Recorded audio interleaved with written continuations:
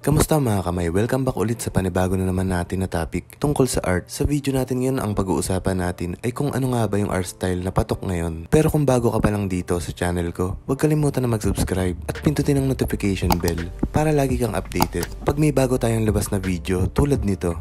Paabutin na natin ang 100k subs in channel natin na to. Let's go! Teka, bago tayo magsimula, parang nagutom ako bigla sa amoy ng niluluto dito.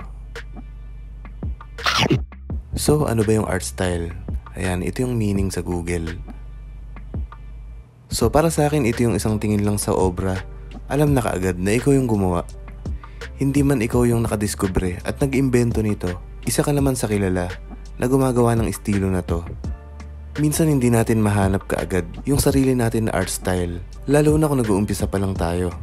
Kaya importante na master the basics muna. Okay lang na gaya-gayahin mo muna yung mga idol mo. Kusa ka naman magkakaroon ng mga idea pag nagtagal. Kaya sa mga beginner at sa mga naghahanap pa rin ng sarili nilang art style, para sa inyo yung video na to. Tutulungan ko kayo na magkaroon ng idea kung ano nga ba yung nababagay na signature style para sa'yo at kung ano yung in demand sa panahon ngayon. So, unang-una dyan yung mga quick sketch or yung mga portraits na freehand. Tapos, ginagamitan ng mga techniques like hatching, cross-hatching, stippling, scribbling at iba pa. Ayan, marami yan. Mas mabilis itong gawin kumpara sa mga photorealism at hyperrealism. Speaking of mabilis, patok din talaga to ngayon. Dahil kung gagawa ka ng commission sa ganitong art style, mas marami kang magagawa, mas marami ka rin kikitain. Quantity over quality ika nga. At syempre sa panahon ngayon, usong-uso din yung mga reels at yung mga TikTok. Madali kang makakagawa ng mga videos sa ganitong art style dahil mabilis lang siyang gawin.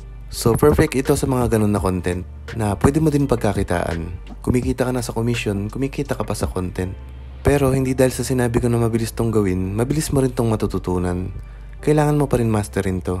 Kailangan mo pa rin practicein yung technique na to. Dahil hindi naman siya basta-basta. Hindi masyadong realistic at hindi rin masyadong animated.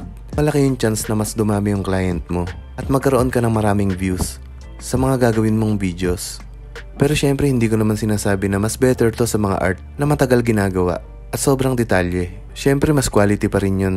Para sa akin lang kung gusto mo lang kumita ng mabilisan at makagawa ng contents. Dahil yun nga ang in sa panahon ngayon. Pagkakitaan mo kung saan ka magaling. Be practical. Madami pang pwedeng gawin na art style sa iba't ibang medium. Lalo na sa mga paintings, sa mga wet mediums, sa mga colored at sa mga digital arts.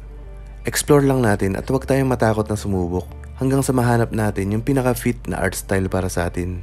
Pinakaunang kailangan natin ay maging consistent. Kung pahinto-hinto tayo at hindi masyadong nagpo-focus, medyo mahihirapan tayo na mag-improve at mahanap yung gusto natin na style sa art. Tanggalin natin yung pressure sa sarili natin na kailangan natin magmadali palagi para hindi tayo mapag-iwanan. Hindi ganun yun. Sabi ko nga kanina, maging consistent ka lang sa ginagawa mo. Kahit minsan konti yung oras mo, pero alam mo sa sarili mo na fully committed ka, siguradong mag-i-improve ka at ma-achieve mo kung ano yung gusto mo. At oo nga pala, meron ako ditong bagong shirt. Ayan, ito yung pinakaunang release ng Art Tribe Clothing. Limited lang yan, kaya unahan na lang. Visit nyo lang yung page na to para sa mga info kung paano makapag-avail ng shirt na to. So ayan, support nyo lang yung clothing natin. Marami pa akong ilalabas na designs. Palike at pa-follow na rin ang mismong page. So that's it for today mga kamay. Comment down below para sa mga gusto nyo pang matutunan. At shoutout nga pala sa mga solid kamay.